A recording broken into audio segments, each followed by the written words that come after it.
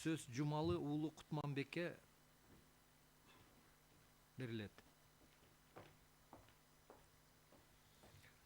Даржол саңаштар, урматтуу сот келген жана соттун катышуучулары, урматтуу төрага башында сиз белгилеп кеткендей, мага чейинки көрсөтмө бергендер жана Кичине катыраак сүйлөсөңүз жазылбай калат. ушул эле Кыргыз Республикасынын административдик кодексинин 110-1 8 пунктуна Кыргыз Республикасынын Конституциясынын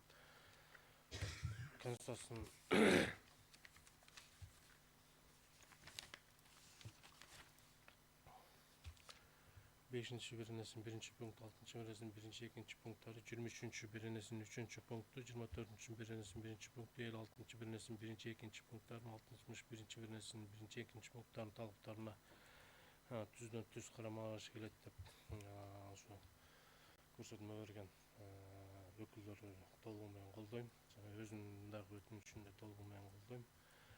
Ошондой эле кыскача айтканда, бул жерде негиз боло турган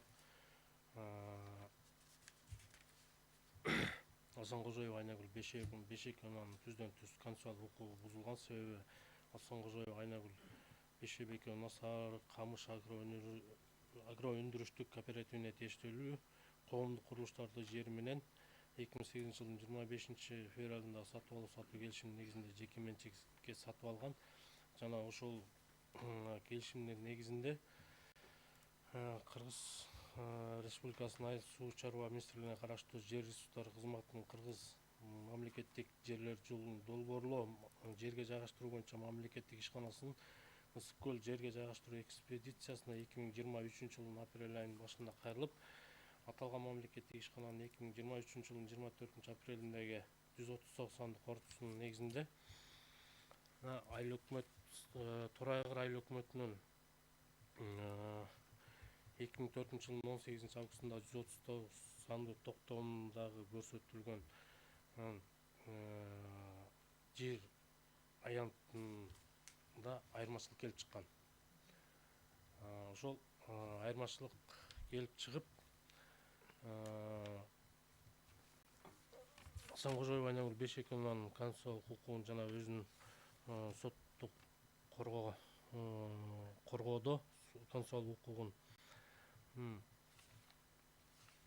коргоп, сотко кайрылып, ушул Торайгыр айыл өкмөтүнүн аталган токтомун жараксыз деп табуу боюнча Ысык көл облусунун административдик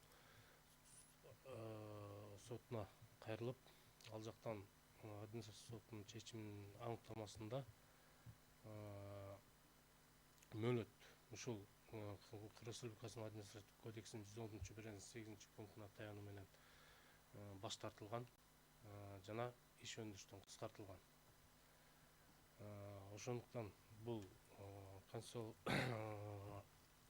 Асанкожоева Айнагүл Бейшебековнанын конституциялык укугун коргоо максатында өтүнүш келтиргенбиз.